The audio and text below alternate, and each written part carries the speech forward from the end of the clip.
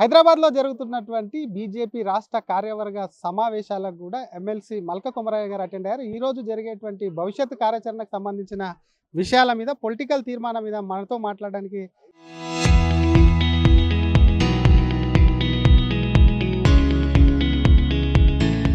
MLC గారు ఉన్నారు. ఒకసారి ఆయనతో మాట్లాడించేటువంటి ప్రయత్నం చేద్దాం. సార్, ఈరోజు జరిగేటువంటి కార్యక్రమాల ద్వారా ఏం చెప్పాలనుకుంటారు? ఈ 12 ఏళ్ల పాలనలో ఏమో మీరు చాలా గ్రాండ్గా ముందుకు తీసుకెళ్తున్నారు, కానీ దాని మీద చర్చకు సిద్ధం. 12 ఏళ్ల దాని మీద కూడా, దానికి సంబంధించి కూడా మేము చర్చిస్తామంటున్నారు. ఈ 12 ఏళ్ల దాని మీద జరగబోతుంది, ఇంకేం జరగబోతుంది? ఇటు 12 ఏళ్ల పాలన ఏం చెప్తారు? మోడీ గారు 2014లో ఫస్ట్ టైం ప్రైమ్ మినిస్టర్ అయిన తర్వాత ఇప్పుడు 12 ఏళ్ళు పరిపాలన కంప్లీట్ చేసుకున్నారు.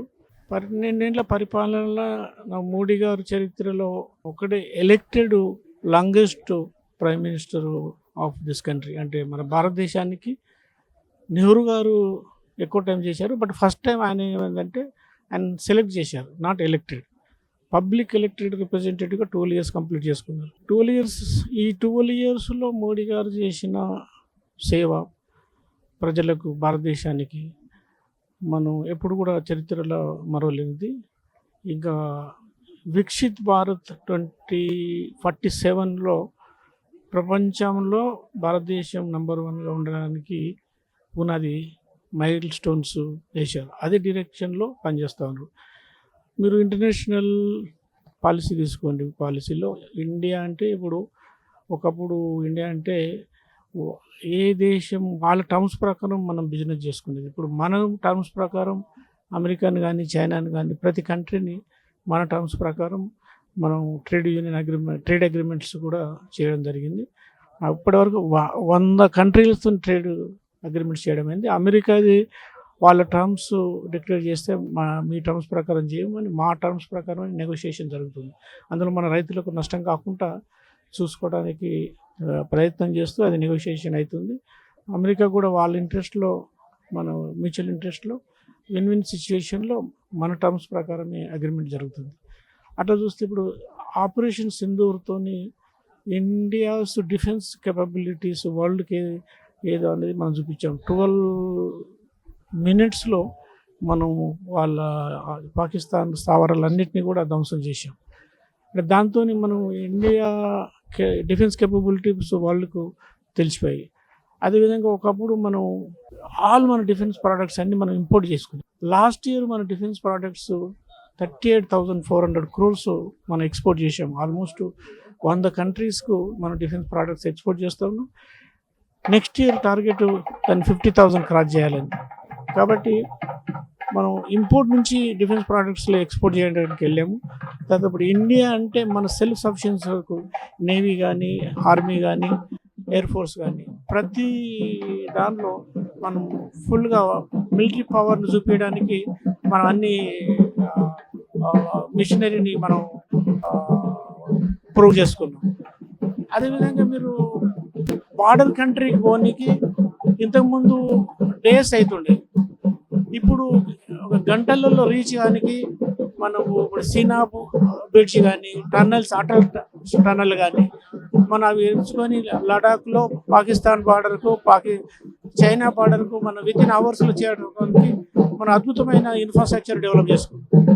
అదేవిధంగా మీరు ఎయిర్పోర్ట్స్ కానీ, రైల్వే నెట్వర్క్ కానీ, తర్వాత రైల్వేస్, బుల్లెట్ ట్రైన్స్, తర్వాత మన రైల్వే నెట్వర్క్ మన స్పీడ్ కూడా పెంచి మనం రైల్వే రంగంలో, ఎయిర్ ఫోర్స్, మన ఎయిర్పోర్ట్స్లో, తర్వాత అన్ని రంగాల్లో కూడా మనం ముందుకెళ్ళాం. అట్లా చూస్తే మీరు ఏ రంగాన్ని చూసినా ఇప్పుడు మనం fastest growing economy in the world, fastest digital economy in the world. మనం ప్రైమ్ మినిస్టర్ గారు 11th పొజిషన్ ఎకనామీ ఉంది. ఇప్పుడు మనం 4th ప్లేస్కి వచ్చాము. తర్వాత నెక్స్ట్ నెంబర్ 3కి 1 or 2 yearsలో మనం నెంబర్ 3 అంటే ఆఫ్టర్ అమెరికా, చైనా తర్వాత మనం నెంబర్ 2కు కూడా ఎదగలుగుతున్నాం. అదే విధంగా మనం 2047లో నెంబర్ 1 పోనీకి ఈ అన్ని రంగాలను కూడా ముందుకెళ్తున్నాం. మీరు ఇంత అభివృద్ధి పనులు, ఇంత మోడీ చేసినటువంటి కార్యక్రమాలు చెప్తున్నారు. ఇన్నేళ్ళ మీరు చేసిన డిఫెన్స్ కానివ్వండి, ఫారెన్ రిలేషన్స్ కానీ, అన్ని సంబంధించి ఫైనాన్స్కి సంబంధించిన విషయాలు. కానీ 12 ఏళ్ల పాలనలో ఏం చేయలేరు, దాని మీద చర్చకు సిద్ధమా? మా 2.5 ఏళ్లలో మేము ఏం చేసినాం అనేది అంతా బీజేపీ ఫెయిల్యూరు, ఏం కూడా అభివృద్ధి చేయలేదని చెప్పి ముఖ్యమంత్రి అంటున్నాడు. దాని మీద మీరు చర్చకు పోతారా? చర్చకు రెడీ, రేపు అంటే రేపు రెడీ. మా లీడర్స్, మా స్టేట్ గవర్నమెంట్, స్టేట్ లీడర్స్ కానీ సెంట్రల్ లీడర్స్ కానీ ప్రతి ఒక్కరు రెడీ. డెవలప్మెంట్ మేము ఫ్యాక్ట్స్ ఫిగర్స్తో చెప్తున్నాం. అంటే ఎనీ గవర్నమెంట్ ఒక 10 సంవత్సరాలు కాగానే నెగటివ్ యాంటీ ఇన్కంబెన్స్ వస్తాయి. దాని తర్వాత మేము 3వ సారి కూడా గెలిచాము. తర్వాత మా బీజేపీ గవర్నమెంట్ ఉన్న ఏ స్టేట్ కానీ, మీరు మహారాష్ట్ర కానీ, మధ్యప్రదేశ్లో 4th టైం, అస్సాంలో 3rd టైం. ఒక్కసారి బీజేపీ గవర్నమెంట్ వచ్చిన తర్వాత మళ్ళీ రిపీట్ అవుతుంది కానీ ఎక్కడ అవుతుంది అంటే బీజేపీ మా అజెండా ఏమి, నాన్ కరప్షన్, డెవలప్మెంట్. ఈ రెండే. అంటే గవర్నమెంట్ ఆఫ్ ఇండియా లెవెల్ కానివ్వండి, స్టేట్ లెవెల్ కానీ ఫ్యాక్ట్స్ అండ్ ఫిగర్స్ చెప్తాయి కదా. దానికి తర్వాత ఈ గవర్నమెంట్ 10 సంవత్సరాలు మన తెలంగాణలో సర్ప్లస్ ఉన్న స్టేట్ను బీఆర్ఎస్ గవర్నమెంట్ దాన్ని నెగిటివ్ గ్రోత్కి తీసుకెళ్ళి అప్పులు చేశారు. వీళ్ళు వచ్చిన తర్వాత వాళ్ళకి ఇంకెక్కువ అప్పులు చేస్తూ ఆ అప్పులు పే చేయడానికే సరిపోతుందని వాళ్ళే ఒప్పుకుంటారు. డెవలప్మెంట్ చేయడానికి డబ్బులు లేవు, రిటైర్డ్ ఎంప్లాయీస్కు వాళ్ళ డబ్బులు వాళ్ళకి ఇవ్వడానికి డబ్బులు లేవు, తర్వాత టీచర్స్కు డబ్బులు లేవు.